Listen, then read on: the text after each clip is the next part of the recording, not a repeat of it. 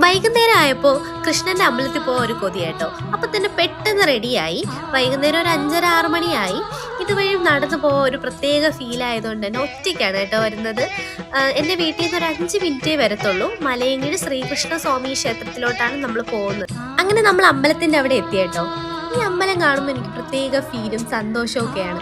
കാരണം എൻ്റെ കുഞ്ഞിലെ മുതലേ എന്ത് വിശേഷം ഉണ്ടെങ്കിലും ഞാൻ ഈ അമ്പലത്തിൽ വന്ന് എൻ്റെ സങ്കടവും സന്തോഷവും എല്ലാം ഞാൻ എൻ്റെ കൃഷ്ണനോടാണ് കേട്ടോ പങ്കുവയ്ക്കുന്നത്.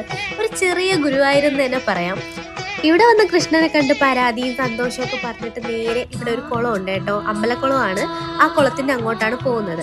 മെയിനായിട്ട് കുളം കാണാനല്ല, ഇവിടെ നമുക്ക് വല്ലഭനുണ്ട്. ഇതാണ് നമ്മുടെ വല്ലഭൻ. പിന്നെ വേറൊരാളും കൂടി ഇവിടെ ഇപ്പൊ പുതുതായിട്ട് വന്നിട്ടുണ്ട്. അതാരെന്ന് എനിക്കറിയില്ല. എന്തായാലും സന്തോഷമായി കേട്ടോ. വല്ലഭനെ കാണാൻ വന്നപ്പോൾ വല്ലഭന്റെ ഫ്രണ്ടിനെയും കൂടെ കാണാൻ പറ്റിയല്ലോ.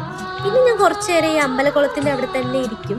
ഒരു പോസിറ്റീവ് എനർജിയും ഒരു പ്രത്യേക അറ്റ്മോസ്ഫിയറാണ് കേട്ടോ എനിക്കിവിടെ ഇരിക്കാൻ. എനിക്ക് പോകാനേ തോന്നില്ല. ഇവിടെ കുറേ നേരം ഞാൻ ഇങ്ങനെ ഇരിക്കും.